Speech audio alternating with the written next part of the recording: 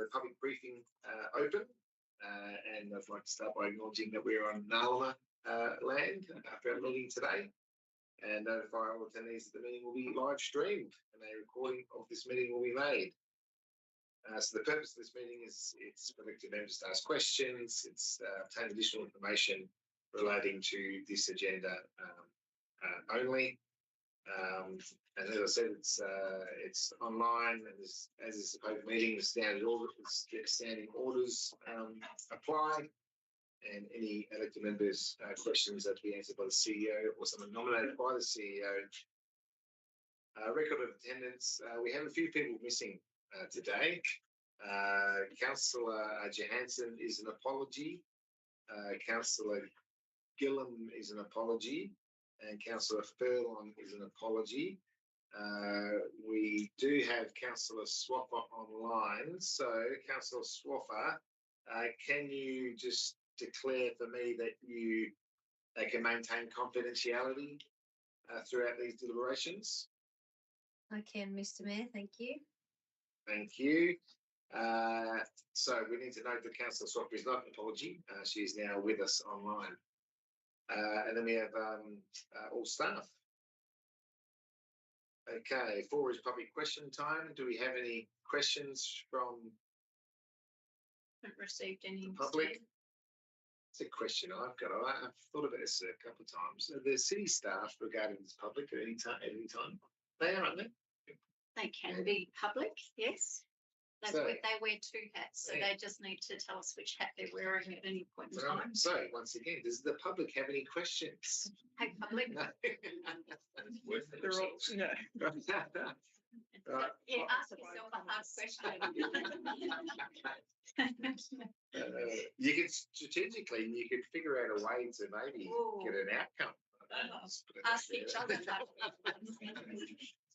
Okay, 5 is petitions, deputations and presentations, of which there are none. 6, requests for leave of absence. We'll deal with that next week. Declarations of interest. Does anyone have any declarations of interest that pertain to anything on this agenda? Nope. So that comes up. Just inform us next week. 8, confirmation of minutes, which again we'll deal with next week. 9 is the announcements by person presiding at the discussion, of which when I looked at this, I thought I can't believe we fit all that in last month. Yeah. And then, he was feeling busy, and that's the why. And now after Liz told me today, I asked her what I'm doing next week. She goes, "You're going on holidays." I thought, "Oh, am I?" And I see this. I think this is why I'm going on holidays, because it's been very busy. Mm-hmm. To note there, a couple of ones we went to which are interesting were the Indian Ocean Territories Defence Conference. This state is going from a resource state to maybe a defence state. There's a lot happening. The number plates might change. It's been a while. There's a lot happening in defence in Western Australia. That could occur up here as well. And the Mining Review Summit was also interesting. There's a lot happening in the mining space, the resources space, and I got to chat with Matthew Holtz, Rio Tinto, and the Premier at that event, and talking about the Ricky funding and what Rio Tinto want to put towards, and that is towards Aboriginal health and Aboriginal housing and all things that lift Aboriginal people. So, and Ricky funding is Ricky funding, for the resources, community initiative, infrastructure initiative. RCII is Ricky. Ricky. Yeah. So then we'll be working with the state, Rio Tinto, on those things if they decide any of the funding comes to the city of Karratha. And then we had the Westpac Sundowner, which is really interesting. They had a Sundowner for all people, their customers, and I was invited. And their Sundowner, their big announcement was that they are now accepting 20% lens on mortgages. LVR. I thought, is that the big announcement? That now you have to only have 20% to put towards your loan. Rather than 25. Yeah, that's right. So 40. things are improving. Right, 10 is the corporate services report, with 10.1 being the statements for period ended 30th of April 2026, with the office recommendation that we receive the financial statements for that period ending 30th of April 2026, as shown in attachments 1 to 4. Does anyone have any questions on the statements? Yep. Yes. Councillor Harris. Right, so I looked at the explanation of variances on page 13, right, and there's one of interest to me is a materials and contracts timing delay, and the delay is for the tourist feasibility document. So that's obviously been delayed. How long is that delay? Is that? It's currently underway. We're working with the proponent to get some concept designs done present. Yeah, so it's not too far behind then. Just in one, yeah, slipping out and out and out. Obviously, this is our tourist season, and we can see the demand. Next part of the that section, I've got utilities, 146k in potable water, as the ERS has limited supply or something. Can we have some more information on that? Yep. Yes, again. Did you want to take that on? Yeah, take it on notice. Okay, great. Whereas that's the only two I've got this in that section. Yeah. Well, I can say, I don't know if you were here, Councillor Harris, for the water cook gave us a bit of an update on that system, and they need to upgrade their. Well, I just thought obviously the town is at capacity at the moment. So if you're ever going to have a lot of, I know in previous years, they've said, there's not enough people in town, but I'm just saying that now there's plenty of people in town. Yeah. So if there's a problem with it, but yep. Yeah, it's obviously plays an important part in greening the Pilbara of the ERS. That's right, absolutely. Okay, no further questions on that agenda item? Thank you. 10.2 is the list of payments from the 1st of April to the 30th of April 2026. And the officer's recommendations council received a list of payments totalling nearly 14 million, as detailed in attachments 1, 2 and 3. Does anyone have any questions over our list of payments for the month of April?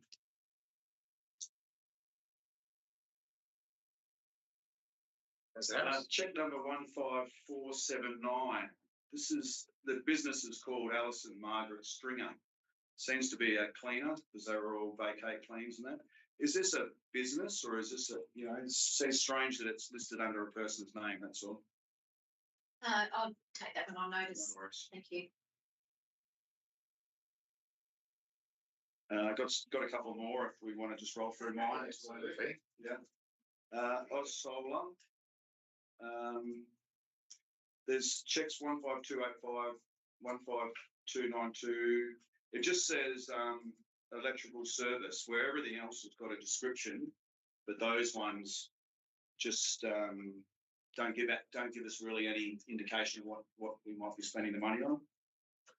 So, Councillor, where it's got electrical service, do you want me to provide a bit more detail on those ones? Yeah, well, I just thought, just even now for future that if we can put a bit more detail so we can understand where all the money's going. Of course, not a problem. Yeah. All right.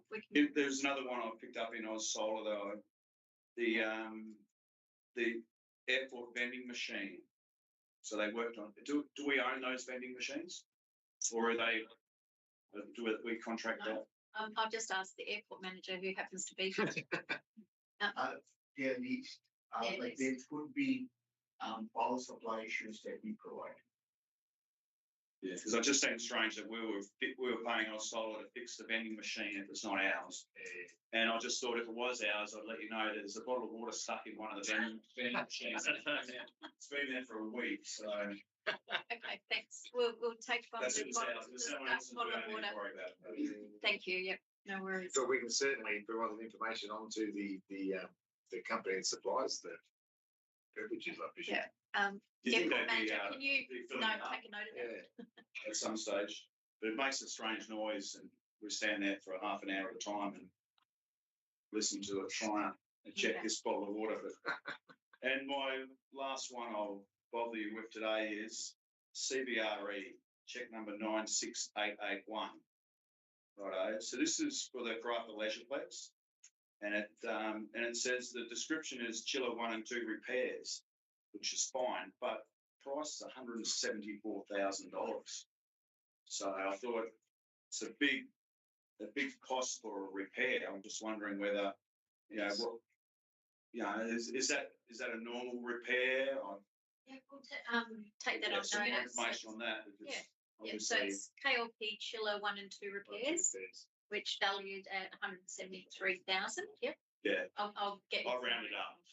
But No, that's anyway, I mean, I know the one below it is a similar amount, but that has got some sort of It's a replacement of chiller 1 and 2. yeah, and it's got some sort of code in there for capital expense, so it's obviously been factored in where a repair obviously is unpredicted.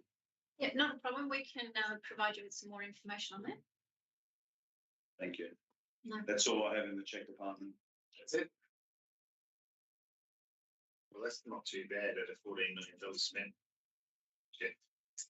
Well, I had a couple more, but I won't bother you with it. I'll talk. You're welcome to send them to me separately if you want. Eddie. No, it's totally your right to ask those questions. No problems. All right. There's no further questions on that item. We have 10.3, which is the investments for period ended 30th of April to 26. The officer's recommendation is that council receive the investment report for that period, April 2026. Does anyone have any questions on any of our investments? No? Along's pretty good. I had one. The quarter. I noticed the month of April, the ROI was only 5%. Is that just because we've been spending money there on fit outs? And Could be. I'll take that on notice and have a look at what the detail is behind that. yeah, it just seems an anomaly that the year-to-date ROI is 12%. Mhm. You know, it's always moved. It's always, most always likely. been a good return, and then last month's only 5. I suspect you're right. I think it will be about that. There's obviously some works going on there, and periodically you'll have Yeah. spikes. But let's have a look at that for you, and we'll get you some more information. Well, as being a part owner in the building of that building as a city, I'd like to know what's impacting my investment. Thank you. Absolutely. Yeah. Well, your year to date is 12%, so Yeah. average it out. Okay, that's all I had on that. Anyone any other questions on 10.3?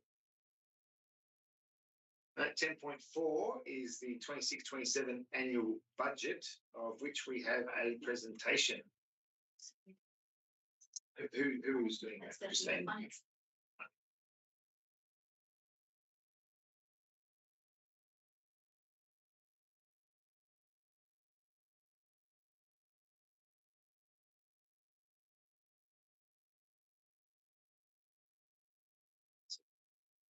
Last budget presentation was crossed. 2026-27 budget. So just a reiteration of the strategic focus areas for 26-27 that the city took into account when creating the budget. Number 1 was progressing the water park. Number 2, advocate on issues important to our community through our advocacy plan Karratha 2050. Progress our key infrastructure projects. We can undercover courts, KMRO outdoor courts and lighting, Bathgate Road upgrade, Karratha Bike Park, Wickham South Park upgrade, Wickham Bike Park, Bainton and Bulgara housing, and Concept Bay Road. Number 4, progress international flight opportunities and complete airport management review. Finalise the place plans for Wickham, Roebourne and Point Sampson. Number 6, remain agile to new external funding for housing, advocate for affordable housing and deliver Molotov in partnership with Development WA. Progress Wickham consequential lots, see progress the Border Hotel EOI. Number 7, progress the Dampier land transfer with Rio Tinto and the Department of Planning, Lands and Heritage. Number 8, progress our plans for future land use and development. A, progress the Karratha City Centre Precinct Structure Plan. B, finalise the Coastal Hazard Risk Management and Adaptation Plan. C, undertake land supply and demand analysis for future city infrastructure requirements. D, explore options for Nickel Bay Hospital site. Number 9, implement these key strategies. A, community infrastructure plan. B, waste and resource recovery strategy. C, the economic development and tourism strategy. D, the environment sustainability strategy. 10, develop a reconciliation action plan. 11, explore new revenue streams. 12, continue to deliver a business transformation plan to improve organisational culture, workplace safety, processes and systems for the benefit of our customers and our employees. 13, define and review service levels and cost to serve in line with community expectations and the council plan. Into ratings. So we've got concessions and waivers. This year we went out to existing concession and waiver holders, sending a new application out. We've got 20 properties on concessions to the sum of 34,000. So that's for properties within the Cossack Township. Our waivers, we've got 23 properties to the amount of 235,556. And these are waivers for local community groups where no commercial return is derived from the property. Our rates proposed due dates. So full payment and first instalment due date is the 11th of September 2026. Second instalment will be the 13th of November 2026. Our third instalment is 15th of January 2027. And our fourth instalment is the 19th of March 2027. This year we have another rates incentive draw, similar to what we had in previous years. The new criteria for this year's rates is signing up to E-rates. Our prizes are the same. So Westpac have committed to sponsoring our first prize of $2,000. Our second prize is 1,000, that's sponsored by the city, and third prize is 500, sponsored by the city. In this year's budget, an owner-occupier award was put forward for a $100 buy local voucher. This assists the owner-occupier ratepayers and also assists local business. These will be issued to ratepayers whose addresses match the property address. For owner-occupiers not captured in the data, for example, in PO boxes, they can come into the admin office and to claim their owner-occupier reward.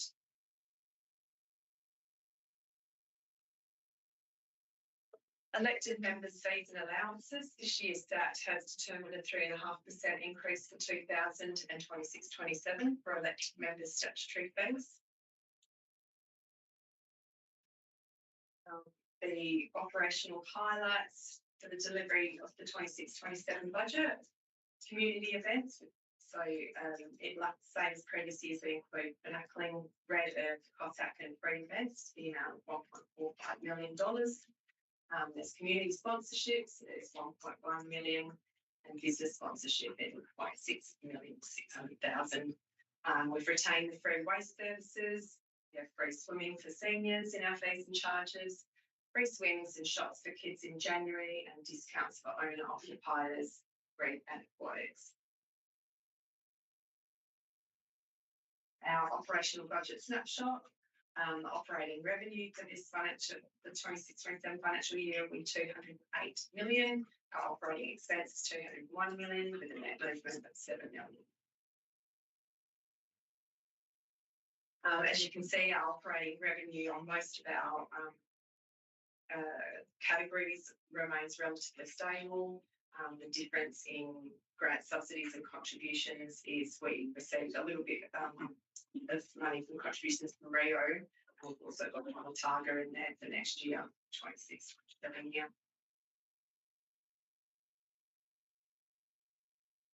Our operating expenditure, we have the similar for each of the categories, except materials and contracts. So the materials and contracts run in alignment with grants and contributions as well, where we have projects such as the Wickham projects and Molatiga that have the materials and contracts that offset the revenue side.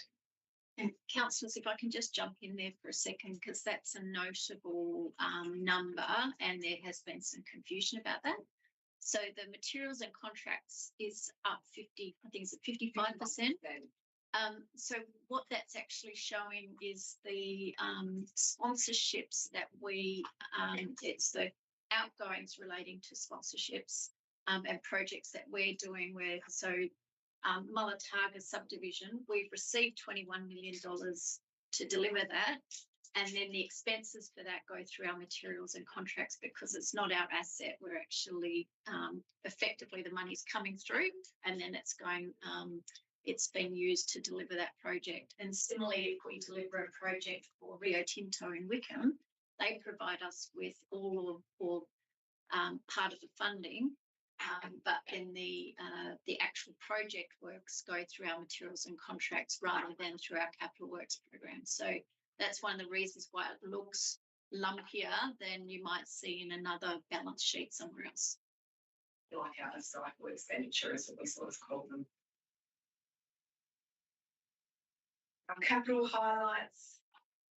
So for community facilities, we've got the KRMO multi-use hard courts, which we were just discussing about the contribution. The Wickham Boat Beach facility at 1.85 million.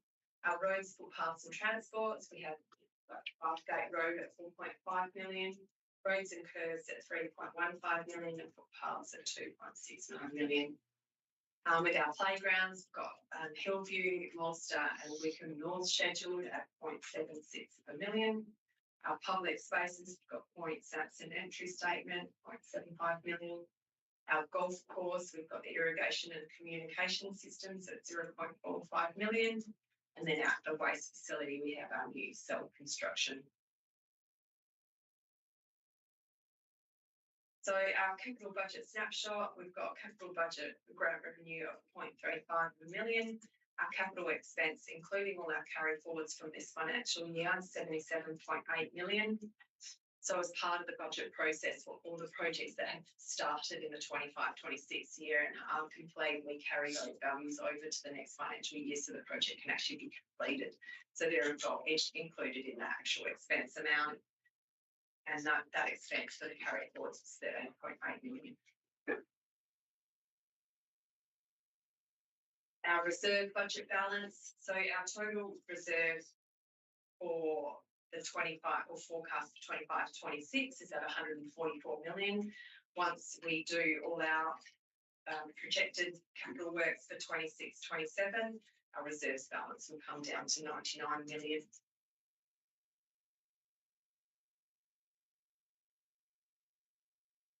The material variances, so this is for our reporting purposes. It was reviewed in 25-26 to 10% or 100,000, whichever is the greater amount. So we've suggested retaining that same figure for 26-27. And just from what other cities in the metro and regional areas are doing, they're all aligning to that 10% or $100,000. It's quite a common sort of standard for the local government sector. Correct. At least for large councils like us. And that is it. Thank you, Chris. Does anyone have any questions? Any questions? We've been through this budget process how many months now? Feels like forever. Well, we started in November. Councillor Harris? All right, I've got a question. All right, so I'm reading all the information. I seem to see we've found an extra $600,000 with the review of the UV properties. Yes, we That did. we didn't know we had last review of the budget. Yeah. Correct. Yeah. So what are we going to use that 600K for? It has been put into reserve to pay for our capital construction projects. All right, I'm suggesting we could maybe use some of that money for another cost of living measure. That's it. And obviously, you know, we're putting the rates up minimal this year, but we are putting them up. It's a very hard year for a lot of people on the ground. We've come up with some owner-occupiers cost of living savings, but the people that I want to try and target with this next the cost of living thing. The small retail and service business that operate in our town centres. Right, these are we'll target it because we can to businesses that may be under turnover of under $1 billion that are predominantly owner occupied, and so what that means is they're paying two sets of rates in this town. They're paying their own family rates, but they're also paying shop rates as well. So we haven't really done anything to sort of, and these are businesses that are struggling with the cost of living, with the rents. They're all service worker businesses, and it's just so hard for them on the ground at the moment. So I was suggesting maybe we could come up with with something that could help those using some of that money. So just to point to what Councillor Harris has very correctly identified, when we were going through the calculations of the rates, we had an update to the underlying property figures for the UV category. So when that actually was recalculated, we ended up with 500,000 more revenue than we originally calculated. So the figure you've got in front of you is the correct figure. The adjustment for that, as you say, because we've got $77 million worth of capital works, and we talked about the fact that the reserves are going from 44 million down to about 100 million. We've put that additional money in against that reserve bucket. So that's making sure that you've got savings there for future large capital works. And you're quite right, Councillor, that wasn't involved, that figure wasn't in our original budget scenarios. The administration have used that at the moment to go into infrastructure reserve, but council at any stage can make a different decision to that. And so my suggestion would be, rather than hold up our budget, that's something that we can workshop with council perhaps in the next month or two, and have a series of questions as to whether or not you would like to take some of that revenue and put that into some initiatives, as Councillor Harris is suggesting, or you can leave it where it is. So, that's completely up to council as to how you want to handle that adjustment. Yeah, so that would be my suggestion to council is maybe work with my fellow councillors on this. Yeah, well, I think for members of the community that are watching, we do meet with councillors every Monday night, and we do workshop with them initiatives. And so I'm very happy to put that on the table. There's no rush for us to do that tonight or to do it next week. I found the 600,000. It was 599, so I rounded up again. Yeah, sure. Yeah. But I only found it today, and I went and got my hair cut. I don't know if you Nice noticed, and I was talking to the business proprietor, and he was telling me. Firstly, when I sat down, he didn't know I was on the council too, mind you, and he said didn't have he had a few bad words to say, but he said that a council makes $120 million a year, but anyway.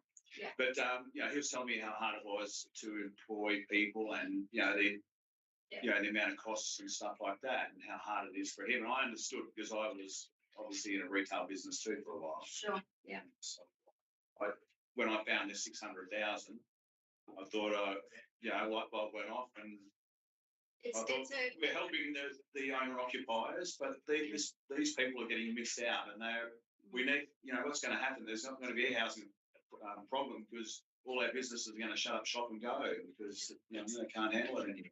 And councillor, once again, we can have a deeper conversation and throw some ideas around the table. But one of the things that you do already spend money on is the service work program. So the city is already putting money into that, but there potentially could be ideas for how we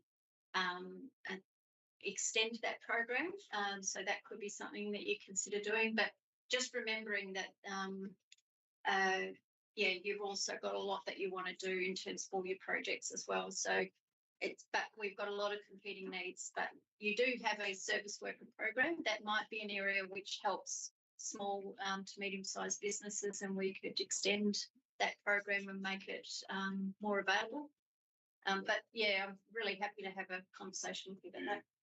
All right, so I do have one more question, Christine, just before she goes, and it refers to the councillor payments section of the presentation. Yeah. The travel expenses for councillors are $6,000, which has obviously been the same for a few years now.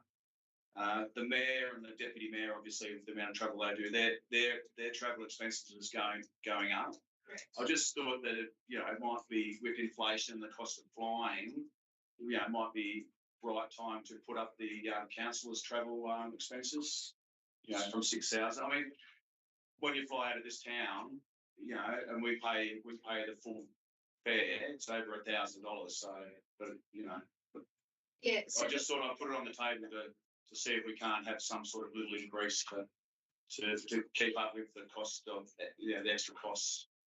Councillor, what I'd say is, in reality, if you think of, like, we've got, I don't know, was it 9 councillors times 6? We effectively put that into a bucket. Yes, councillors have a times 6, have a $6,000 provision, but in reality, we actually probably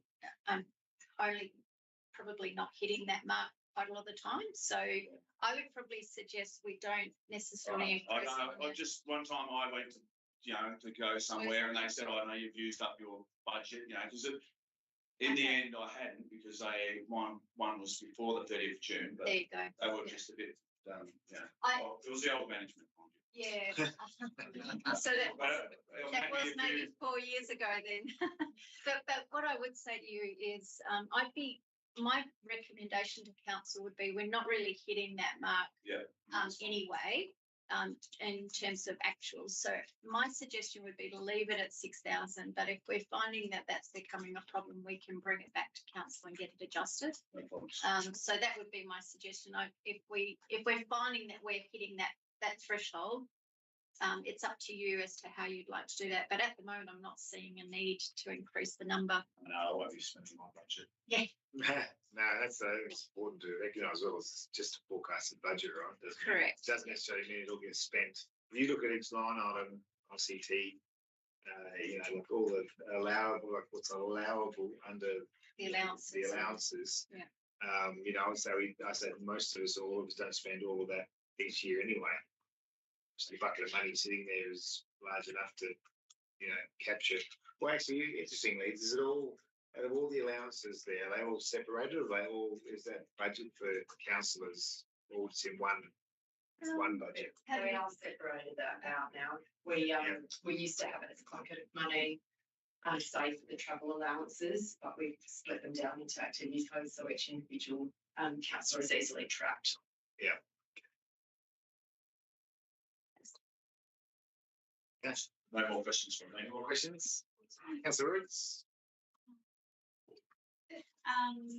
With the wonderful initiatives that we had for our ratepayers this year, the Try Local initiative is brilliant, but something I also find really serious is the incentives, because that's a chance of people getting some money back in their pocket. And I just wanted to clear up, if I could, and for any ratepayers following along at home, with the payment incentive. So that's linked to, very cleverly, to signing up online, so that we mitigate having to post things out. Is that only for people who are signing up this year? I'm just thinking of people who have helped us in the past and are already. Do you mean No, so for the E-rates. E-rate. So it's the E-rates incentive. Is it just for new sign-ups, or is it for anyone who's on E-rates? Right. Okay. Yeah. So if you're on there, or if you sign up to it, we've done a lot of marketing campaigns to get people signed up, so that we reduce all those sort of costs that we have. Have you seen movement on that? Yes, it's been doing really well. Awesome. Thank you. Councillor Harris? Well, it seems unfair to some of the elderly people in our community that might be paying their rates and don't have internet connection, or don't have not savvy or anything like that. I do know a couple of people like that come down here every and they'll pay their rates. Pass has been linked to paying by a certain date. Yes. Yeah, there was always date, not sign up to e-rates, and I just think it'll some of these people that pay on time and Would it be possible that we well. Look, I think the thing from a city's perspective is that increasingly mailing things out is becoming much more expensive. Yeah. Whereas I understand what you're saying in terms of technical proficiency.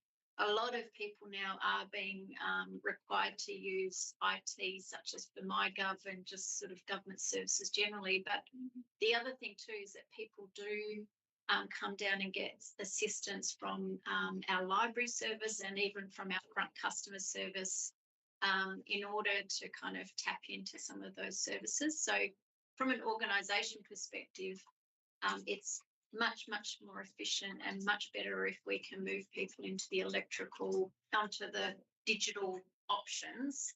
And I think probably what I prefer to do is support people in that domain rather than try and have multiple different incentive models would be my suggestion to you.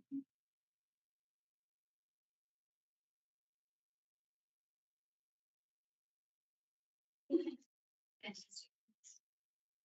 Okay, so any other questions? I don't have a question, but I thought it's good to point out the questions we've been getting from community members lately around their employee costs in particular. That for those that are listening online, they do include all costs of employment. So a lot of people are questioning our employment costs going up, but they take in the training, the occupational safety, recruit expenses, workers' compensation, insurance, housing, every facet of what it costs, the city to employ people is included in that. And I note here that CE or the finance team does some numbers, and now our employment costs are tracking at 34% of our operating expenditure, which for a large local government compared to other regional local governments is favourable compared to those peers around us. And when you look at our budget, we're bringing in 208 million. Over the next 2 years, we're spending close to $70 million alone on community infrastructure projects. Then yes, it makes sense that we need a good employment base and a good culture here to be able to deliver those infrastructure projects for the community over the next couple of years, because I think we're going to see some significant projects get off the ground and happen over the next couple of years. They're going to really change the shape of the city of Karratha as we project forward. So I thought I'd just put that out there because I've been getting questions around that issue for the last couple of weeks. So nip that in the bud. And if there's any further questions, I want people asking. And if I can just extend that, I think you're right. The capital works is sort of triple the size of what it was 3 years ago. So we're doing a lot more with the employee base that we've got. We're also doing a lot of work in the background to improve our processes and systems, as you saw in the strategic focus areas. And one of the areas that we've had to do a lot of work in is occupational health and safety. And we have seen significant improvements in the significant reductions in the number of injuries, the severity of injuries, and the cost of injuries. So that's actually starting to pay dividends. Not only is it going to deliver lower costs in workers' comp for our ratepayers, it's actually our people not getting seriously injured. So there's as an employer and also as a board directors around the table, we have a legal responsibility to make sure that these processes are occurring. So there is a lot going on, but ultimately we're very conscious of making sure that we're delivering a benefit back to our ratepayers with the expenditure that we're incurring. Yeah, and just to give some context as well, as an owner of a business, 34% of wages to revenue is exactly where my business operates as well. As a number, a target that as a business you try to achieve. I obviously want to get lower than that, but it's difficult to do. Once that includes superannuation, insurance, the works. So if you compare those things, if you're in a business that's less than that, you're doing a really, really good job. Yeah. No further questions? 10.5 is the annual review of delegations and authorisations. With the officer's recommendation that council approve the amended delegations and authorisation register as detailed in attachment 1. Does anyone have any questions around the delegations we're having in this name? No, just some mainly role Yes. updates. And yeah, substantively, there's not a lot of changes there. It really has been about identifying a few areas where we are trying to simplify how we do things or update job titles and things like that. Yeah, we changed the name on a few job titles. Correct. Yeah, so if a job title changes, then we need to update it in the delegation register. Okay. So nothing substantive there. So there's no further questions on that one. Yes, Councillor Roots. I noticed that quite an amount of the numbers of, say, like approvals of a particular amount have doubled. So from my, where have I been?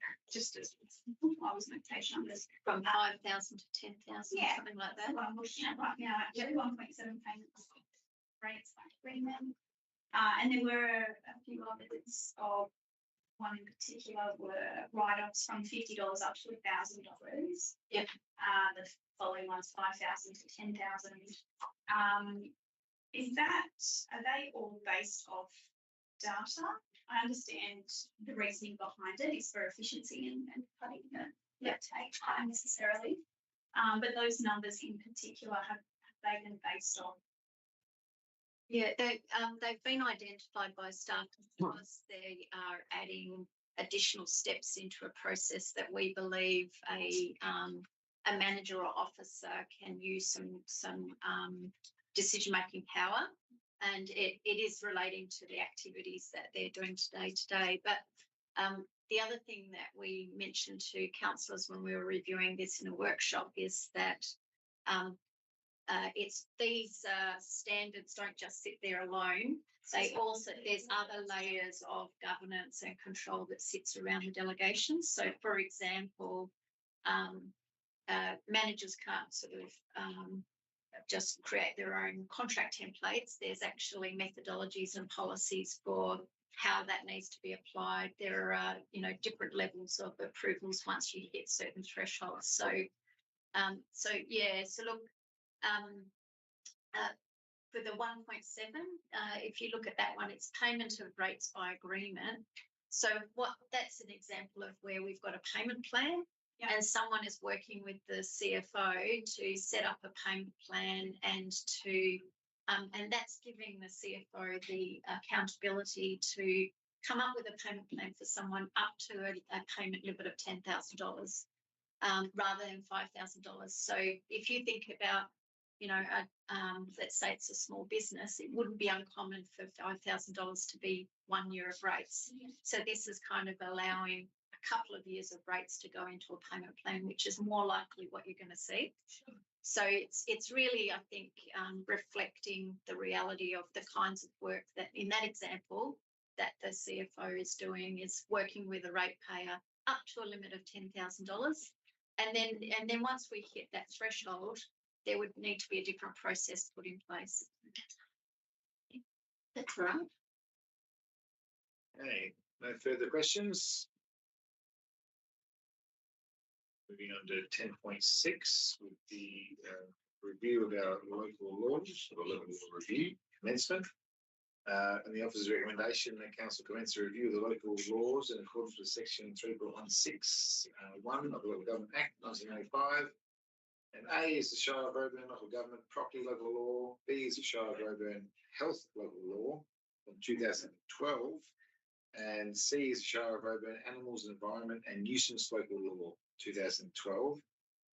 2 is to instruct the CEO to give local public notice of the review in accordance with section 3.162 of the Local Government Act 1995. And 3, request the CEO to present the results of the public consultation to council for consideration. We have a presentation on this. Jasmine, would you like to inform us about our local laws? Absolutely. So there were some reforms introduced in December 24, which changed the local law review required timeframe from 8 years out to 15 years, mainly because it is such a long-winded process to get a local law adopted. So part of the transitional provisions that were put in with this legislation said if that local law, one of your local laws was already overdue or becoming due for review, you still had to deal with it under the old rules. We'll give you 2 years to get that sorted. So we have 3 local laws in that space, and those are the ones that you've mentioned. We are required to review them by the 6th of December, otherwise they actually become inoperable. Right. And Local law. yeah, they're basically repealed without us doing anything. So this review process will look at these 3 local laws. As you can tell, they were made when the show was still relevant, so you can tell that they are a little bit old. So basically the process to do a local law review is a little bit different than creating a new local law. So this process is dealt with by under section 316 of the Act. It requires council to go out for public notice for 6 weeks, ascertain whether the local laws are fit for purpose still, whether they need to be amended or they should be repealed. So that feedback is going to come both from the public, but also internally we will be seeking feedback from the officers who enact these local laws, our rangers, health, environmental health officers and such. So at the end of that process, we will come back to council with feedback probably in September, and we'll have some recommendations for council to consider. When council makes that final determination, that closes off that local law review process. So that meets the legislative requirement of having them reviewed by December. But what will happen is if it is determined that the local law needs to be amended or repealed, we will then go back and basically start again. We will create these new local laws and then we'll bring those to council at a later date to be endorsed to go out for public advertising. That will then go through a 6-week advertising process and come back to council for final adoption and then go through the parliament process to become law. So this is quite a long-winded process, but this first part is just doing the statutory review to meet our requirements. And that was really it. Any questions? Local laws are important. For example, the local government has the authority under law if you don't wear any clothing. That's one example in our local law. I haven't come across that one. So this is definitely an opportunity for the community to have a look at our local laws and see whether we're progressive enough. I don't know. The one I was going to change is the number of chickens you can keep, because there's a limit to the number of chooks. And I thought, Through the chair, it is to do with zoonotic diseases that can be transferred to humans. yeah, but it's out of step with other councils. We don't have a great deal of chickens. No, I'm just saying. I noticed that That's why. there's a limit. You're only allowed to keep 2. You're only allowed to keep 2 chickens. Well, anyway, that shows you there's 2 examples There you there go. of our Wear your clothes. Wear your clothes. Only have 2 and chickens. only have chickens. and only have 2 chickens, especially when there's bird flu. Well, for those online, actually, about bird flu, H5, it is happening. And the advice from the state government is just don't go and touch dead birds.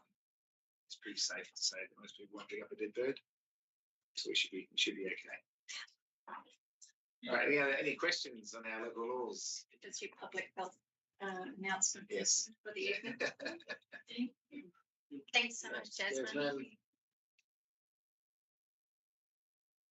Okay. And moving on to 10.7 is our review of our council policies. With the officer's recommendation that council adopt the new information breach policy, and 2, revoke CS16 variation to operating hours at community facilities. Does anyone have any questions on these 2 policies?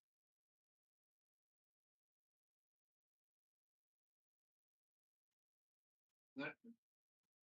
Just to point out to council, the Privacy and Responsible Information Sharing Act of 2024, which is called, we short it to PRIS or PRIS, is a huge amount of work that local government is taking on at the moment, which is about looking at every single bit of information that we hold and making sure that it's appropriate, that we dispose of information that we shouldn't have, that we have the right information collection processes. It's an enormous amount of work, and this is one of the policies that's needed to support that legislation. Yeah. And I was surprised actually when I was reading through the operating hours. I was thinking, policy is not a country we had that policy. It doesn't actually give too much direction to anyone at all. No, that's right. All right. Any other questions on those 2 policies? No. Okay. 10.8 is the Audit Risk Improvement Committee. The meeting they had on the 3rd of June 2026. With the committee's recommendation that council receive the minutes of the Audit Risk and Improvement Committee held on the 3rd of June, as detailed in attachment 1, and 2, approve the Strategic Risk Register as detailed in confidential attachment 2, and B, the Risk Appetite Statement as detailed in attachment 3. Does anyone have any questions on the ARIC meeting that occurred? I want to thank who took the lead when I wasn't there. I wasn't at the meeting. Well, we've got a chair. Yeah. The chair took the lead. Yeah. We paid him. I meant from the council. I meant from the council. We had Councillor Swapper and Councillor Harris at the meeting. But I did see there's plenty of questions from the committee, and I did think to myself, they're probably mostly from our chair, Phil, Or deputy chair. Actually, there is no deputy anyway. Anyway, And the I'm risk glad to see they're on the yeah. job. And the councillors, you recall that you did a workshop in March. Yes. Yeah. And that was where we worked up that risk appetite statement with you in your strategic workshop that we did in March. So this is now closing out that process that you're involved with. Yeah, I know that we're tolerable to a lot of things. We are tolerable. Okay, there's no questions on the ARIC meeting. We will move forward to 11, community experience reports. 11.1 being the early years strategy. For 2026 to 2031, the office recommendation of council endorse the early years strategy and implement the plan. And we have a presentation. Yes, yeah. Luke Finlay, the Manager of Community Development and Youth Services. So I'll be presenting to you the early years strategy, public consultation summary, and strategy briefing. So the city received funding through the Local Government Australian Early Development Census Grant Program for the development of an early years strategy. We engage with business momentum to deliver the early years strategy and implementation plan, including reviewing the AEDC data for the City of Karratha, the early years service landscape, service gaps and opportunities, and conducting engagement sessions with children, parents and carers and service providers. The engagement identified areas where the city can support improved early years development outcomes, while ensuring the early years service delivery remains the responsibility of state and Commonwealth governments. The city's role has been identified as a facilitator, partner and advocate, and the early years implementation plan translates findings from the engagement into practical actions the city keeps. The overall objective of the strategy and the implementation plan is to support early years development outcomes for the community. There have been 5 strategic themes that have been identified within the plan. Those being activities, programs and events, with initiatives around providing year-round activities, increasing community awareness of child development, support service providers with funding, resources, training and data sharing, aligning local early years actions with national child development targets, including the AEDC and closing the gaps targets, target early child development program delivery with a focus on language and cognitive skills, and encourage co-design of activities, programs and events. The second strategic theme is places and spaces, with a focus on designing outdoor play spaces for year-round use and maximising affordable and accessible city-managed indoor spaces and events year-round. The third one is access to services, so advocate for the improved access to health, child development and community services. Collaborate on early years sector workforce strategies. Advocate to increase early education and care options. And then the fourth is connected communities, where we focus on develop a centralised digital information hub, deliver a welcome and orientation program, enhance the visibility, accessibility and consistency of city communications, and foster community connections across generations and cultures. And the fifth is the strategic advocacy, which is actively advocate and influence at local, state and national levels, implement the early years strategy as a success measure, and embed the early years as a core strategic priority, and provide, advocate for and leverage funding opportunities from government, business and philanthropy. The strategy and implementation plan public consultation ran from the 29th of April to the 14th of May by the city's What We Make the platform, with posts shared on social media. We also held a workshop with the Karratha and Surrounds Early Years Network, or CASEN, and their feedback was collated also. Through the consultation period, we received 3 submissions. Feedback both from the submissions and CASEN generally supported the city's proposed initiatives. There were some key issues that were raised. One was mindfulness activities. So a local provider requested inclusion of mindfulness activities such as yoga into the early years programming, and they were offering free classes also.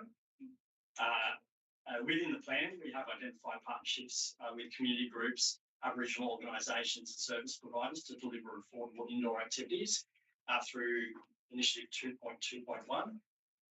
So city officers will contact the provider and start to discuss their program and how we might be able to partner with them.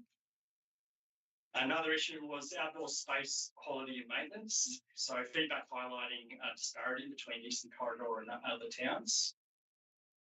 The strategy identifies a citywide approach and includes the development of a local design standard for outdoor play spaces in 2.1.1. So we feel like we've addressed that concern. Another one was lack of indoor play infrastructure in Wickham. So feedback highlighted a lack of climate-controlled play environments in Wickham.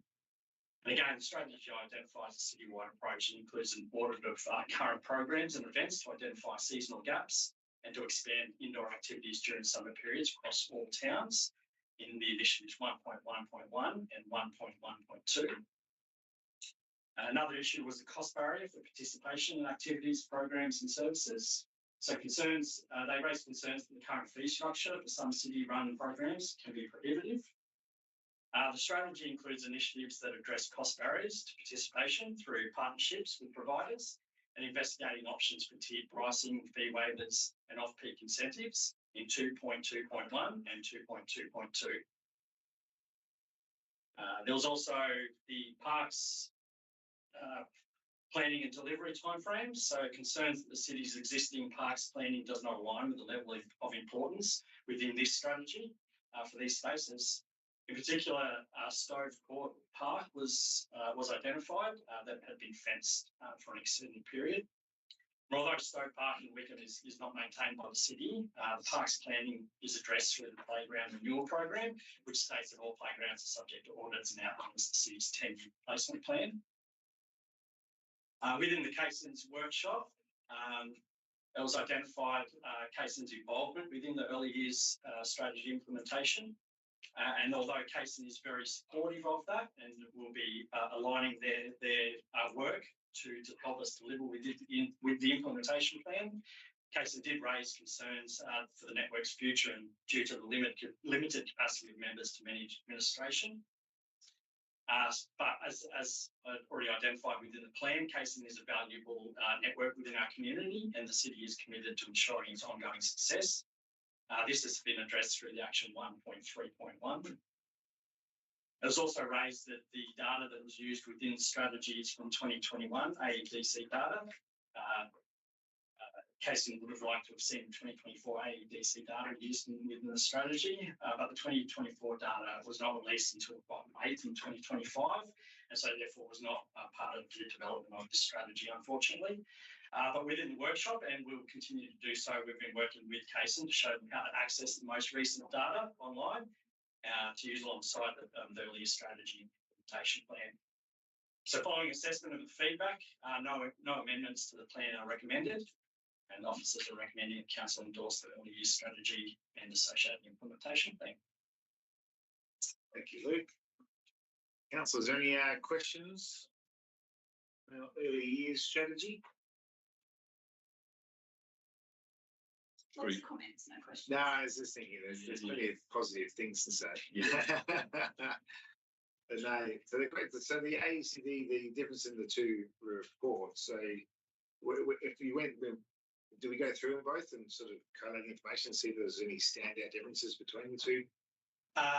Yeah, as from the 2021 data to the 2024 data, there isn't a huge difference with it. There is a drop in some of the domain areas we've seen, which could be contributed to impacts around COVID and those isolation periods and things, but there's not a significant change within our on track for all 5 domains is still really quite high, and it's probably with the state. Yeah. Excellent. Any other questions? Other than to say this is how important it is to have a strategy, right? Because otherwise things fall through the gaps. Even little things like not having shade on playgrounds. Sounds like an obvious, but there's no strategy for it. Doesn't happen. That's right.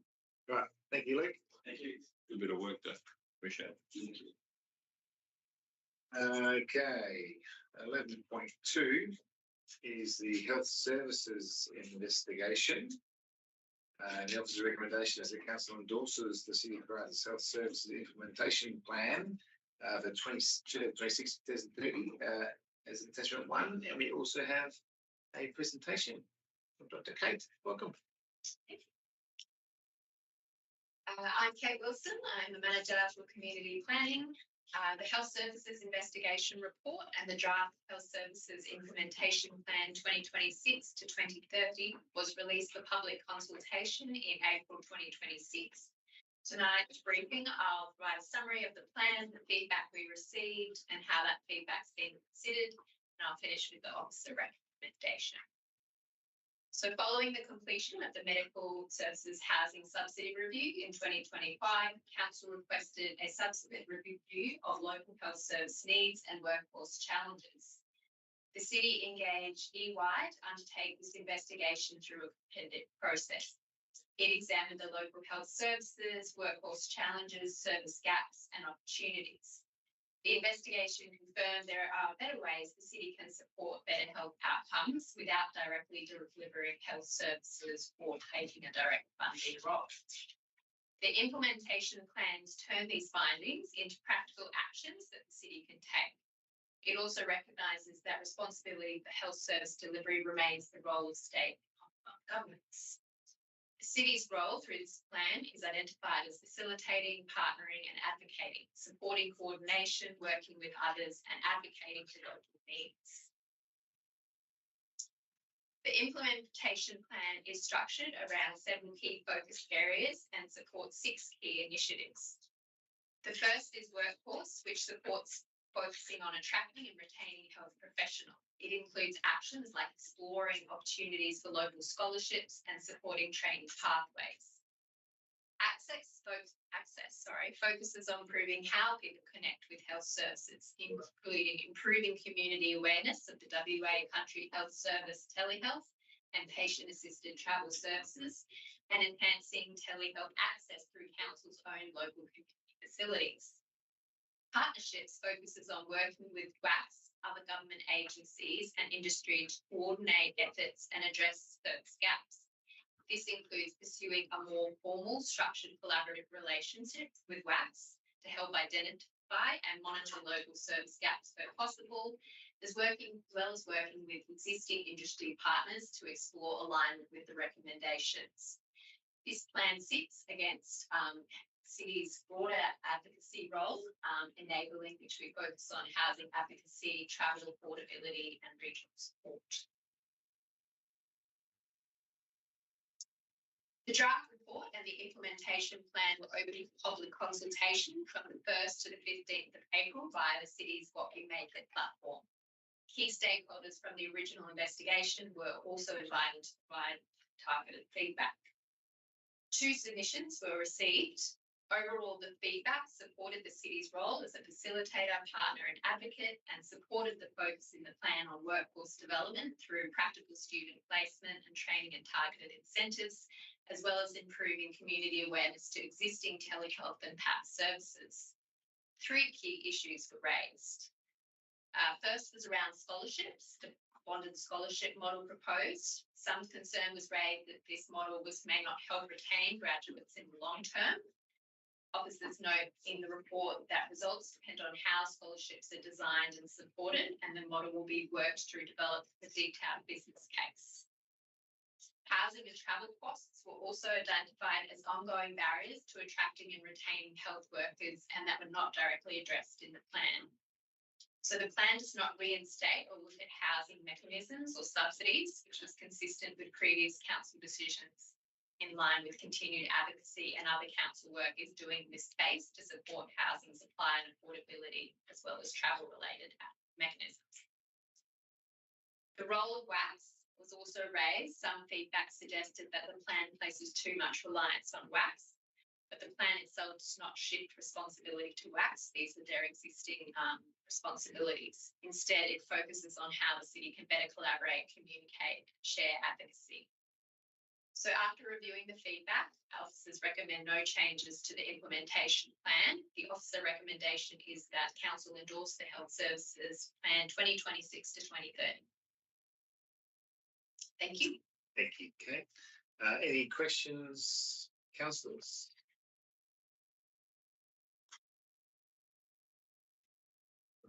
I have a question. So that I guess in goal 1, the plan is to the end. At the end of goal 1 is to achieve some sort of small scholarship program, to incentivise. The details we have to work through, but that's the idea of having a local. So originally it was a scholarship for anywhere, but in the second review, which was in the plan, it's retained for local. So the idea that they can be a local student. Yeah. But it's subject to the feasibility and working out the best way of the model. So you'll see in the plan that's one of the stages to work through. Yeah. To put that out there that we're trying to achieve. And then next question, WACS. What has been their other feedback or engagement? Are they as a state government body? Are they open to sharing and working together? Absolutely, they reached out, wanted a copy of the plan, and already suggested support of the more formal collaborative mechanisms so we can keep track of monitoring together local service needs and being more iterative in our process. Yeah, that's excellent. What we can do for WACS, even though we're not directly involved in health, is we can be a very, very loud voice and a good advocate on behalf of them. So that is good as well. All right, if there's no more questions on the health services investigation, we'll move forward. Thank you, Kate. Moving on to 12, development services, with 12.1 being the state government election commitment for CCTV. The officer's recommendation is that council advise the Department of Local Government, Industry Regulation and Safety that accepts the state government offer of $101,560 to install 5 automatic number plate recognition cameras funded under the 2025 closed circuit television election committee on a 5-year trial basis, of which we have a presentation. Thank you, Lee. Thank you, Mr. Mayor. I'll keep it nice and short. As you'll be aware, per discussion a couple of weeks ago, we're asking council to consider a allocation of just over $100,000 towards the installation of 5 automatic number plate recognition enabled CCTV cameras. The city did not request this funding from the state government. It was actioned on the request of the WA Police, with 5 proposed locations identified. Acceptance of the allocation of funding would require the city to install, to manage, to maintain, and if you weren't open to the idea of a trial process, to replace those cameras in time as well. So the preferred sites identified by the WA Police are on DeWitt Road and Madigan Road, so our 2 major entries into town. On Dampier Road, as you drive out to Dampier, at the corner of North West Coastal Highway and Point Sampson Rowan Road, as well as Marlon Way, which is just in the shopping centre.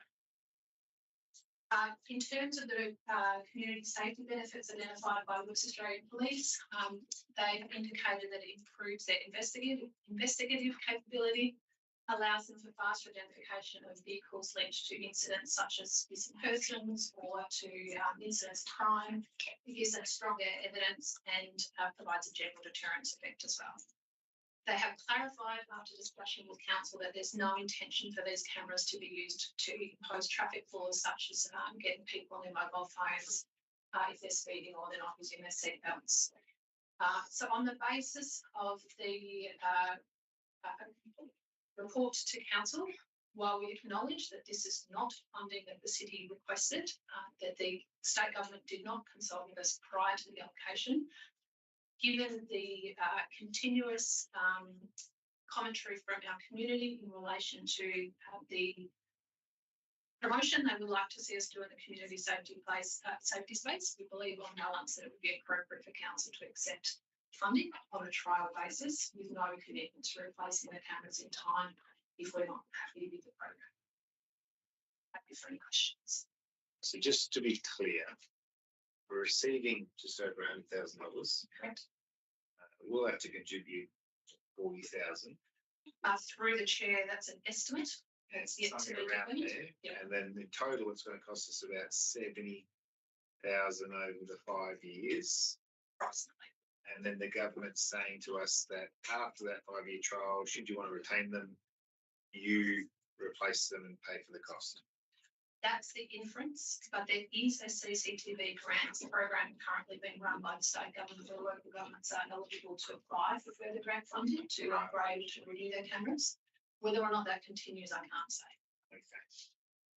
I should also point out that the costs that we've estimated do not consider officer time that is required to go into arranging the agreements that we need to put in place with Main Roads WA and Horizon Power to install these cameras.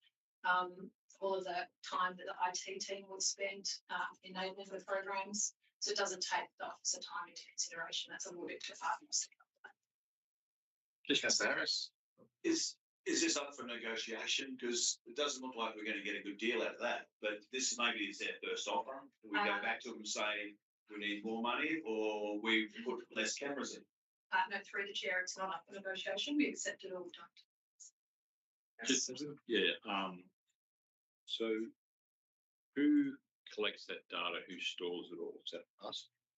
Through the chair, my understanding is that the data effectively sits with us because we're running the system, but the intent is it gets streamed straight through the West Australian Police and we don't have to be trapped with the script.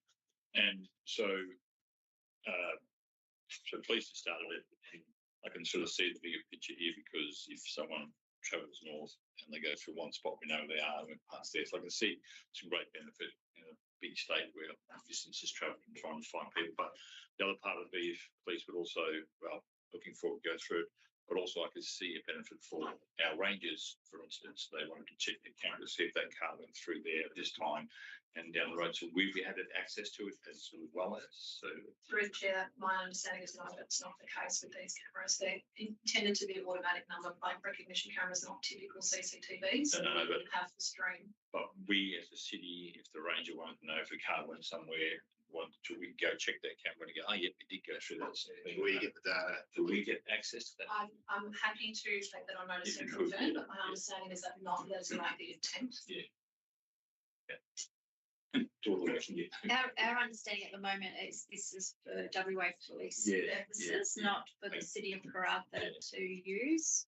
But it is an example of the state government seeking local government to take on some of these responsibilities and some of the costs in service provision and infrastructure, but not necessarily use the data. The cost shifting going on, Mr. Mayor. Yes, a little bit of cost shifting happening. A little bit of cost shifting. Through the chair, it's not uncommon in local governments to take these kind of cameras on. It's very, very common in the metropolitan areas. It's varies across regional areas, but for instance, our neighbours in Port Hedland have a fairly extensive camera network that work with WA Police on.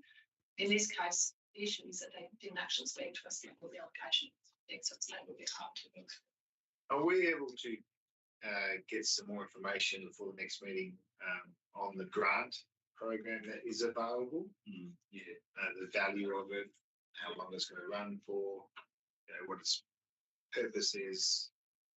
For its purpose is for local governments to apply to install new or replace our CCTV cameras. Yeah. So it's the same program as this. It's just that the allocation of the I think it was 64 cameras that were allocated through the initial round that was done for that main grant stream be open for people to put in an expression of interest to get further funding. So it's been done at the request of the WA Police before they've opened it up to local government to apply. So could we theoretically apply for this grant to recover the costs? Through the chair, no. The maximum that you can receive per camera is the $20,000. It's the risk. Do you have any idea of what have enjoyed any reduction in I'm happy to request that information from the town. I can certainly say that I spoke to them when preparing this report, and they've actually just chosen to invest in additional CCTV in this space. So I think they've received up to $100,000 as well, but they're choosing to invest an additional $400,000. What they're more closed circuit TV in public places as opposed to number plate recognition on They have roads. a varied CCTV now.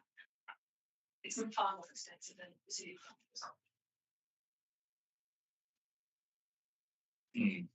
Interesting. Yeah.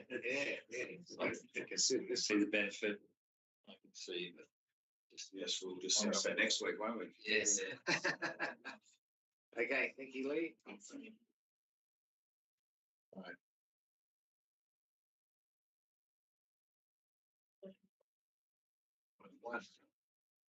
One, just to invite tenders for litter and illegal dumping. Collection services, the officer's recommendation. The council agreed to invite tenders for litter and illegal dumping collection services for a period of 3 years, with 2 by 1 year extension options, exercisable at sole discretion of the city, and in accordance with the scope of works outlined in this report. Does anyone have any questions about inviting tenders for litter collection services? No? All right. Yes, Councillor Harris. Are we looking for one proponent to do all these things, or is it separable? This scope 1 litter picking, sanitation services, waste transfer station operatives, and is that they're all completely different? Are we looking for one? I'll ask the director to answer. Yeah, through the chair, the 3 packages there are how they were originally packaged. We've split them into those 3. So last month, for example, the waste transfer operations were approved to be released to market. This is now the litter picking element of that. All right, so this is just the scope 1. Yes. Yeah, and then we'll worry about the scope 2 at a different time. Sanitation services is the cleaning services. Oh, that's already done as well then. Gotcha, yeah. So there's the last piece of the pie. Correct. Final box to be ticked. It's just interesting. I travelled backwards and forward to Wickham a lot in this last but I've noticed a lady picking up litter along the side of the road. We're in Wickham or Roban? Along the Wickham Roban Road. She's got her own ute, and I've seen her on multiple occasions just going through the bush picking up litter. Hope she knows about Bucks for Bags. Yeah, I was thinking. Is that cool? I mean, I thought the bucks for bags were for a knocking profit organisation, whatever. Should be representing someone from Wickham. But it's not just like a 5-minute job. I've been past hours later, and she's still collecting. Can't give you any more information on that one, I'm afraid. Maybe council will stop and ask her next time it's there. Yeah, that's right. No, you do. You should really just stop for a second and ask. I would have been late to the meeting. Yeah. Yeah. Might put a bit in. She might put a bit in. Get in practice. There's no more questions on that one. And we'll move on to 13.2, request to invite tenders for supply and installation of solar pedestrian lights.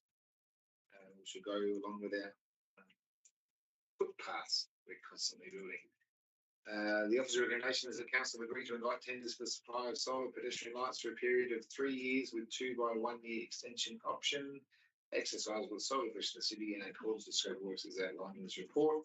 And 2, agreed to invite tenders for the installation of solar pedestrian lights for a period of 3 years with 2 by 1 year extension options, exercisable sole discretion of the city and in accordance with the scope of the works outlined in this report.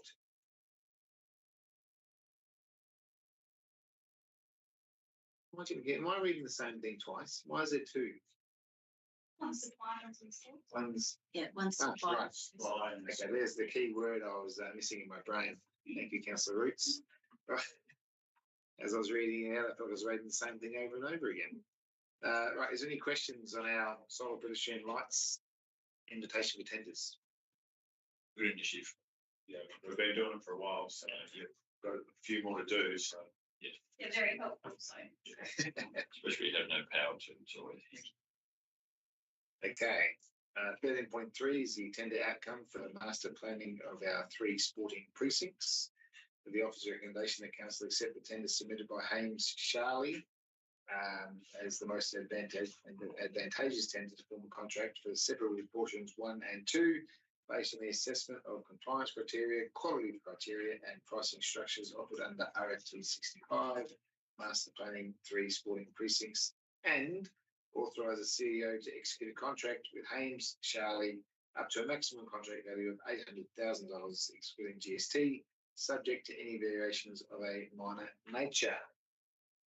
Do you have any questions on this tender outcome? Councillor Roots?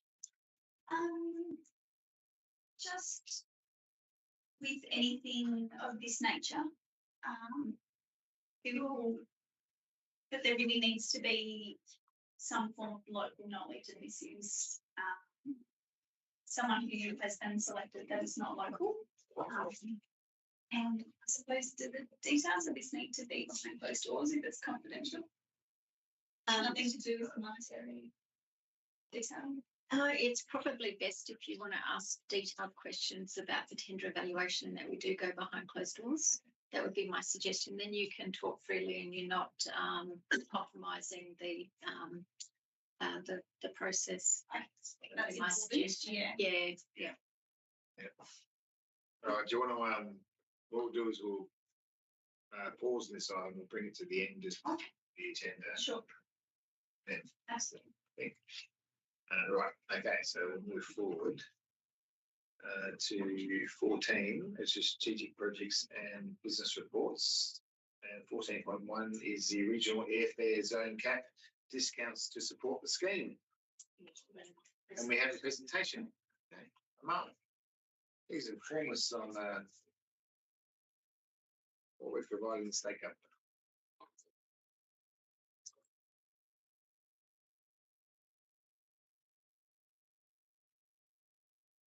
That's all right. Oh, hang on.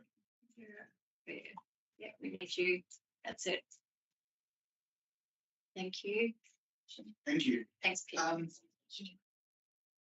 So with the regional AFX zone cap scheme, which is a RAZC, the scheme is changing. So from 1st of July, it is going to be a 2-layer scheme. Currently, it's a 1-layer scheme where it's $299. Going forward, it's a 2-layer scheme. Qantas and Virgin both are at different ends and have different pricing. So Qantas is going to keep their fares, the low one at $299, the higher one is going to be at $385. Whereas Virgin's gone slightly lower, so they've gone $298, but on the max end demand, they've just gone to $359. So there's going to be a bit of change. The government sees the airport fees as a pass-through cost that are incorporated into the AFX. Hence, a request from the Deputy Premier to pause airport fees for the next 5 years, which basically means that the current zone cap fare in the market would be able to sustain for the next 5 years without any airport charges added onto it. Now, the request is for 5 years, but what they request is for an initial commitment of 1 year. So looking at the options we have and the airport charging structure, we looked at the landing fees, which are basically aircraft landing based on the weight, not suitable. Then we looked at the security screening charge, which is departing only passengers, again, not very suitable, but we are reducing our security charge for the next financial year. So there's a benefit in there. The best option is the passenger service charge, which is levied on inbound and outbound passengers. And again, is the most suitable mechanism for putting on discounts. It's basically consistent, everybody gets it. So in the report, we are suggesting that we apply the discounts on the passenger service charge. We did some calculations. If you look at pausing 25-26, fees and charges going to next year, it's about a 52-cent discount when you compare the charges. The revenue impact based on an approximate assumption of 79,156 passengers, which is data that we have collected from the department as well as confirmation from the airlines, is about 41,161 for the next financial year. If you use the same assumptions and put it out for the next 5 years, the discount of the rebate is about 647,000. After the first year, we could have a look at, and there could be some changes to the passenger demand, but we don't know what that is. We're still working with the government on narrowing down what this financial year numbers will be, so we can better provide a forecast for the next few years. In terms of the considerations, I had a discussion with other airports in the region, and they're not supporting the request. Some airports are not increasing their charges, but the rest don't see a benefit in supporting the government's request. We see benefit in there because we'll get access to the passenger numbers from the airlines, which we don't have currently. That is one key benefit. The other thing is that the minister retains the ability to apply the airport fee increase. So, for example, if it's a $5 or $10 increase, they have the ability to add it to the fares that the airlines are charging. So this basically doesn't make it easy for the community. The fares go even higher. And the other benefit is, one, we get good airline data by the month, by flight. So we can then look at what's happening in the market, where people are traveling, all that information is good. The other thing is you're supporting the government in the initiatives they're putting on. But I think the key benefit here is that you're keeping the price constant and you're keeping the fare constant for the community. No extra charges. So the recommendation is the council to support an initial 1-year freeze on passenger service charge, which is about 52 cents, and then provide a local public notice for the new passenger service charge to support the regional airfare zone cap. Thank you for that. Any questions? Any questions? Yeah. Sorry. Yes. Councillor Simpson. Anyway, Thank you. I feel really proud that we are, and not surprised that we're willing to do our part to be able to contribute to this. Do we have any scope on whether the state government have asked the airline carriers to freeze their costs, fuel prices? Sorry. Through the chair, from the discussions with the airlines, they negotiated an amount and the deal. And also if you actually look at the details, the 299 fare is the benefits of that fare, multiple fare changes, all of that is not allowed.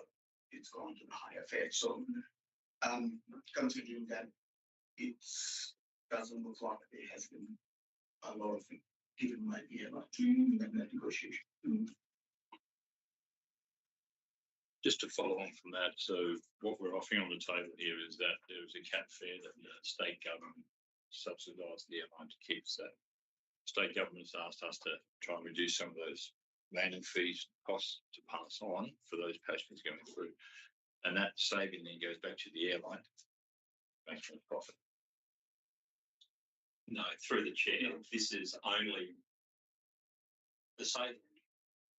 In essence, the cost that the passenger pays is the same as what they otherwise would pay. Yep. What we're doing is removing the ability for the state to increase the cost further. Right. Okay, by participating in the scheme. Yep. Through the chair, if I can add to that, what the government has done is they have planned and based their cost on this financial year's charges. Yeah. As the airports increase charges from 1st July onwards, it would have been an additional burden, which they do not want to add. Okay. And so because, for example, the city of Karratha, our fees and charges would have gone up by 3.5%. There would have been a 3.5% additional that the state would have had to absorb. Yeah. It's just And they're not saying they would pass that on, but they could pass that on. Yes. Okay. Just still on that, the fee that is charged by the airline, which is variable. I'm sure everyone's had an experience where they've been online looking for an airfare, and that regional cap, it's changed in the amount of time that they've perhaps gone and made a cut and come back.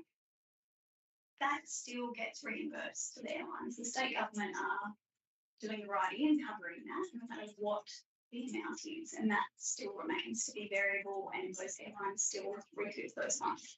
Correct. Because through the chair, if I can do a bit of an example, if the fare at that point is $500, for example, and the airline is offering $299, so the $201 is spoken by the state government. But because in the previous years, with the availability of fare changes, everything else, the cost did escalate. So I think this is the way the state government is looking at providing the service, but keeping the cost at a manageable level in a sense. Yeah. I'm interested to know about the airlines, the other airports that have rejected this offer.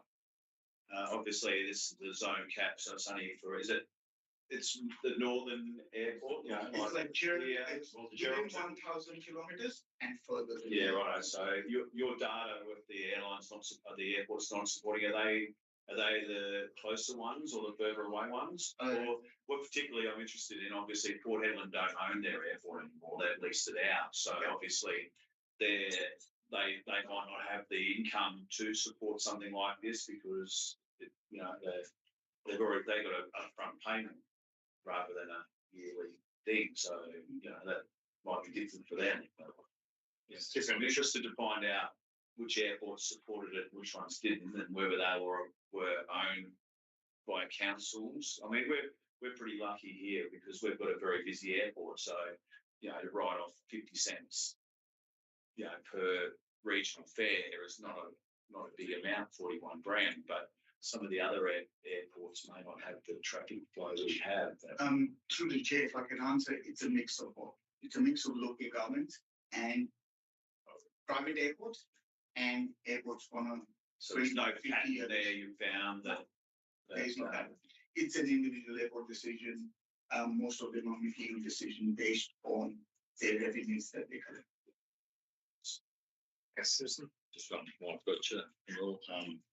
Currently, numbers going through Karratha Airport, as in passengers. What's the actual figure at the moment? We did 750 was it last financial year? 770,000. That was the end of April. End of April. Out of Perth, how many other airports is the biggest us? Where's the second? In Australia, Or in WA one? in W, we are the second biggest. Out of Perth, right? After us would be Headland, which is 21st in Australia and about 500,000 passengers. 500 to 550. And that would be Headland, Newman, and Wilmscourt close. Thank you.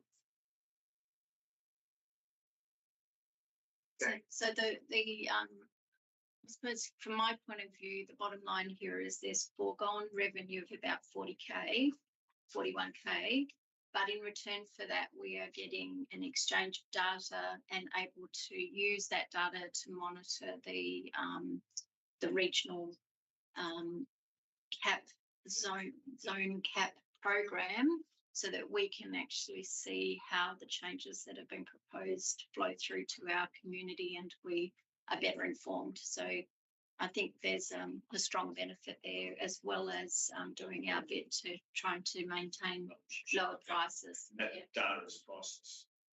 Well, what's now 41,000. So Well, we wouldn't know anything. You forgot. There's no data coming through from that side of things. We're You forgo finding an income, it's not a Yeah. waste. if that data does come back through. Yeah. And What it was a good negotiation. Very good Because there's no negotiation. other, there wouldn't have been, there's no other regional government that's put forward that plan to the state in order to subsidise the fee and get something out of it. So yeah, well done to the airport manager for thinking creatively. Sounds good. Thanks. Okay, further questions? All right, 14.2 is request to provide tenders for the provision of waste and recycling collection services, of which we have a presentation. And with this is Michelle. Would the team like to do an introduction, gentlemen, on who Michelle is? Yeah. Councillors, I'd like to introduce Michelle Lackey. Michelle's been with us for 2 weeks and 1 day as our manager of waste services. Lived locally for a long period of time previously with Cleanaway. Yes. so taking Steve's job, correct? Correct. Yeah. Yeah, and congratulations and welcome. Thank you, Mr. Mayor. Here on the brief with the provision of waste and recycling services. So the full service contract currently is held with Cleanaway. Pre-2017, the curbside collection was delivered in-house by the city with no recycling services. In 2017, the tender for provision of waste and recycling curbside collection services was awarded to Cleanaway. And upon award, the recycling was introduced to the City of Karratha residents. The original contract for Cleanaway was held on a 5-year basis with expiry date coming up of February 2027. The current services contract services 8,255 residential customers, along with 830 commercial properties, and it's the largest service contract in the city. The fleet of the service provider has 4 specialised trucks and skilled operators, and facilities including baling and sorting locally. They also manage the transport of recycling bales to the Perth Materials Recycling Facility. What's important as well is that the community annual surveys have consistently rated the performances as exceeding its level of performance, with 2025 achieving a performance score of 82, which was the single highest rated service delivered by the city for the contract. When considering the tender proposal, it's really important that we understand that curbside recycling is really complex. And the city does not currently have the facilities, equipment or systems requiring it to deliver successfully at this time. However, the administration does endeavour to challenge the future opportunities on delivery of all or several portions of the services of the contract going forward in the future. The go-to-market for the proposal to the vendor on a 5-year plus extension as on discretion of the city as a 2x2x1. And we proposed 2 bid options. So option 1, full service of the waste and recycling services contract. Option 2, separable portions for the customer service collection and processing. As the city's largest service contract and one of the most visible services delivered to our community, we see the value in understanding whether there are benefits in bringing customer service closer to the city. By testing both these options through the tender process, council will have a clear comparison of the costs, risks and service outcomes before making a final decision on award. Separable portion option for the tender. So the awarded vendor for customer service acts as the centralised point of communication for the service contract. There's KPIs that are measured against data, so the capture and reporting accuracy, the number of / percentage of customer complaints received and resolved, the number of missed services and rectification timeframes, the numbers of duration of delayed services, available resources to allocate service requirements, and the delivery of the communication platforms. Michelle, could I get you to move the slide a couple along? I think it's the next one. So that's the separable options for tender that you were just referring to for the council's benefit.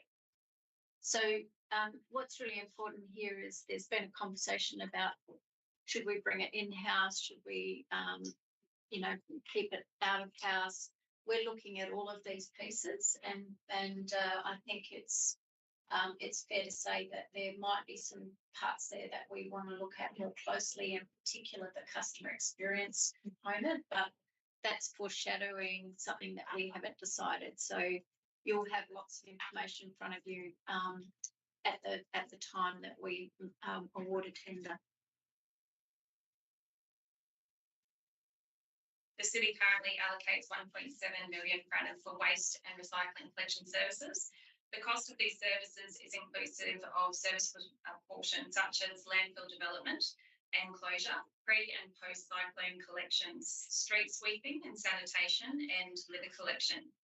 It's all recovered through the domestic waste management charge that's applied through the service properties, and the proposed domestic waste management charge for 26-27 is $379 per assessment.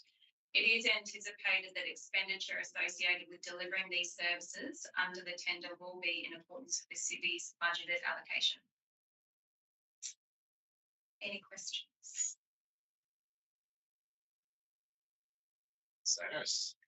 The MRF, Yeah. is that Cleanaway's own MRF or is that a government MRF? It's Cleanaway's own tax government. Yeah. What sort of the Can I ask what a MRF is, please? materials facility? Materials recycling facility. Thank you. Sorry, Oh, that's all right. I'm Yeah, impressed you to know the said, lingo. you used MRF, didn't you? Back Yeah. last year, yeah. No, well, it's in the document. Anyway. Okay. Yeah, so that's their own MRF, but is there many MRFs around in Perth that we could send our stuff to if we did the recycling separable? No, there's not a lot of opportunity, unfortunately, which adds to the complexity. And several portion or option 2, that's we're going to do the costings. So we'll try and work out the costings of the customer service or part of the process. So Michelle, could you go back to slide 4, which is the tender proposal, because I think we skipped past that.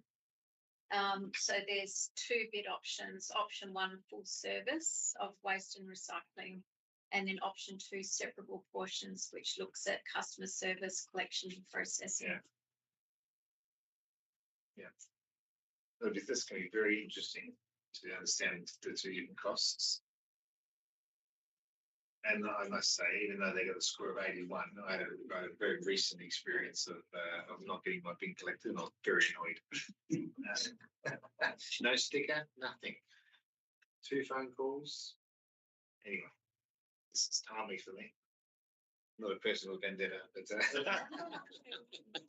I'd like to add a positive story then. thank you. I was at the back of my yard one day and I heard the truck coming along Anyway, I just happened to glance up as it picked up my bin, and when it flung it in, it flipped off the thing and went up and got swallowed by the bin. Oh, my God. Like that. It ate my whole bin.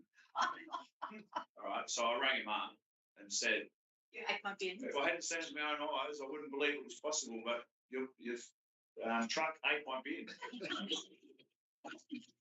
And she said, oh, it does happen occasionally. not really. Okay. But yeah, so they, I mean, it did take me 2 phone calls, but they did give me a new bin. So no charge. Well, I think if they ate your bin, then there should be no charge. That's That- right. That sounds fair. Must be very delicate because I noticed my things. Units being around these. Yeah, well, if There's it's rubbish quite everywhere, heavy, but the bins are all cracked from being. or squeezed. So it's obviously a very complex, something that needs to be. It's something we all care about because we all have our bins Yes. collected, don't we? Maybe my bin didn't get collected because Michelle was not there. Oh, Yes. yeah. Anyway, it's a good timely review, and also it's good. We've got a fair few new councillors on board, and the information we're about to receive on waste is actually very interesting. This business is very interesting, and as Michelle said, very complex. So you're about to learn a lot too. Okay. Any other questions? Thanks, Michelle. Yeah. Plenty of questions there, Simon.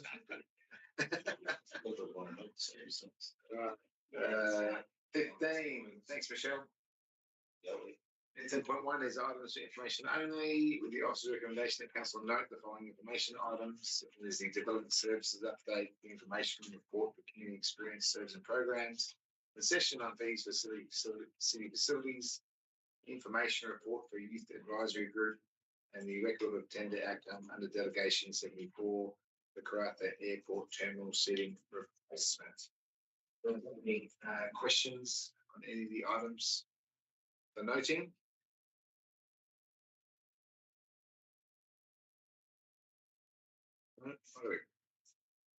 No question on the seats at the airport.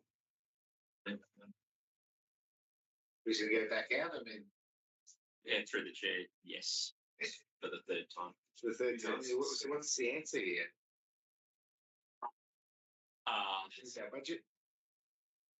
No, that's a issue that was encountered the first time. The second time was a matter of compliance with our tender requirements and the lack of a compliant bid. Yeah, thank you. Yeah. It's an issue. Well, We don't accept a issue, tender yes. that doesn't meet our requirements, so. that's fair enough. I just thought, I mean, there was four people putting in for it, so it's not like we only had one or two. So you'd think that we could get one over the line eventually. KPI, yeah. CEO KPI. get your strategic focus area. Yes, that's right. Well, we'll go back out and Seats for the airport. go back out, and maybe some of these proponents have learned what they need to be compliant on. Fingers crossed. Okay. No more questions on information items only. 16 is motions of which previous notice has been given. There is none. 17 questions by members of which due notice has been given. There is none. 18 is urgent business. There is none. 19 is matters behind closed doors, of which we now have one. So we'll go back to 13.3, was it? Yep. Okay. 13.3. And can I have someone move that we go into camera? Councillor Roots, seconded. Councillor Simpson, thank you, Councillor Simpson. All in favour? Good.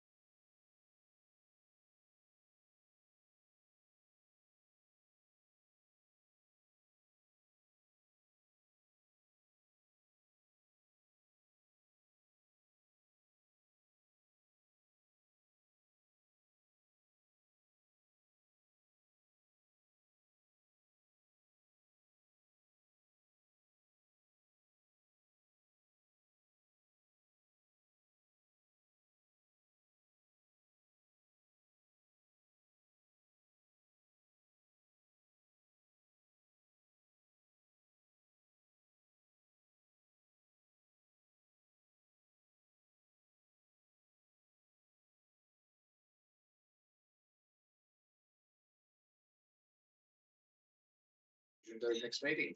I'll declare the meeting closed at 7:53 p.m. and we'll see you all back here next Monday at 6 p.m. for the OCM. Thanks very much. And there is some food. Yes.